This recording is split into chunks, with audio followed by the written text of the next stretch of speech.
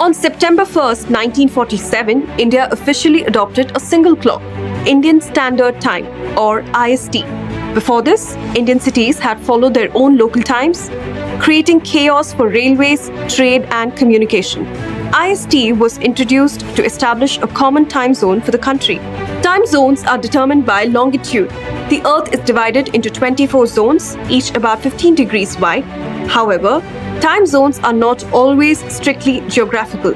Two regions on the same longitude should naturally share the same time, yet they may observe different time zones because of political decisions.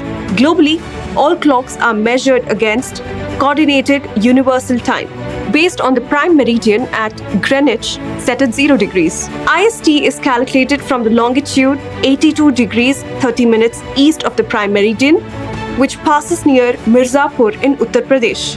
82 degrees 30 minutes corresponds to 5 hours 30 minutes, making IST UTC plus 5:30.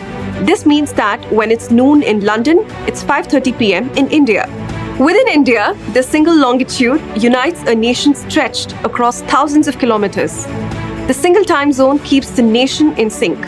So, the next time you check your watch, remember, you're not just looking at your time, but at India's time.